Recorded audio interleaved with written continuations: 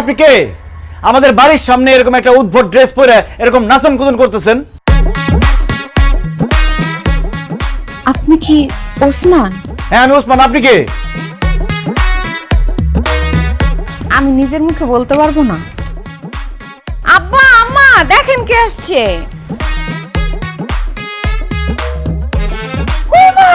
আমার ওসমান নাইছে।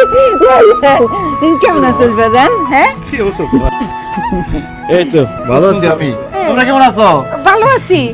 তুই তোর না 6 মাস পরে আসানোর কথা, এনাইছস কি ব্যাপার? কিছু হয়েছে? আসলে মা ওই যে আমার মালিকই যখন জানছে আমি নতুন বিয়ে করছি তাই আগে আগে ছুটি দিয়ে দিছে।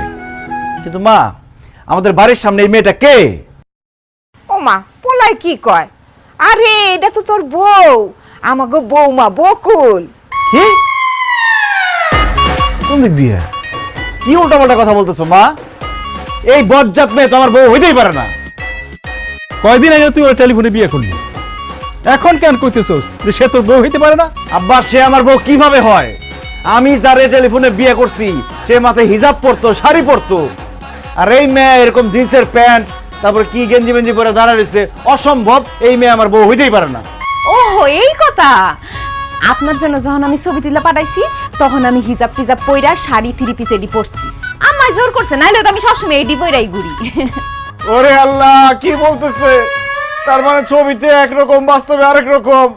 আল্লাহ, আমি তো বিসমিল্লাহ ধরা খাই গেছি। এই ভালো কথা, তোমার এরকম কালা লাগতেছে কেন?